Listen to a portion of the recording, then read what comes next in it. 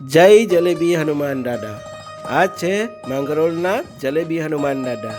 અને આ જે જલેબી બને છે એ આપણા માટે નથી, એ છે આપણા સૌના પ્યારા જલેબી હનુમાન દાદા માટે. મંદિરના સંચાલકના જણાવ્યા અનુસાર આપણા જીવનમાં અનેક ગૂંચ આવતી હોય છે, જે ગૂંચ જલેબી સમાન છે. જે ગૂંચનો ઉકેલ હનુમાનજી સિવાય અન્ય કોઈ ઉકેલી શકે તેમ નથી. મંદિરે હનુમાનજી જાગૃત સ્વરૂપે ઉપસ્થિત છે. મંદિરે આવતા ભક્તો પોતાની સમસ્યાનો હલ કરવા હનુમાનજીને પ્રાર્થના કરે છે અને પ્રસાદી રૂપે જલેબી ચઢાવે છે.